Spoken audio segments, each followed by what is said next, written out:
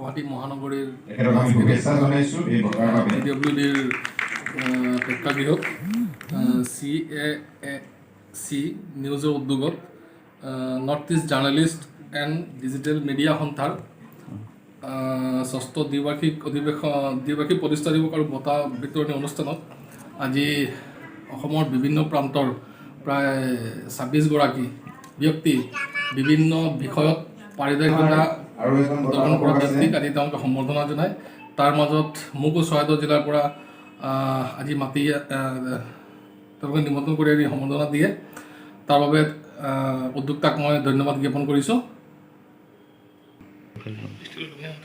Actually এই বঁটাৰ বাবে মই যোগ্য হয় নে নহয় মই নাজানো, এইটো বিচাৰ্যৰ বিষয়। তথাপিতো তেওঁলোকে আজি নিমন্ত্ৰণ কৰি আনি মোক আজি যি সম্বৰ্ধনা জ্ঞাপন কৰিলে, মই বোধ কৰোঁ মোৰ দায়িত্বৰ দুগুণ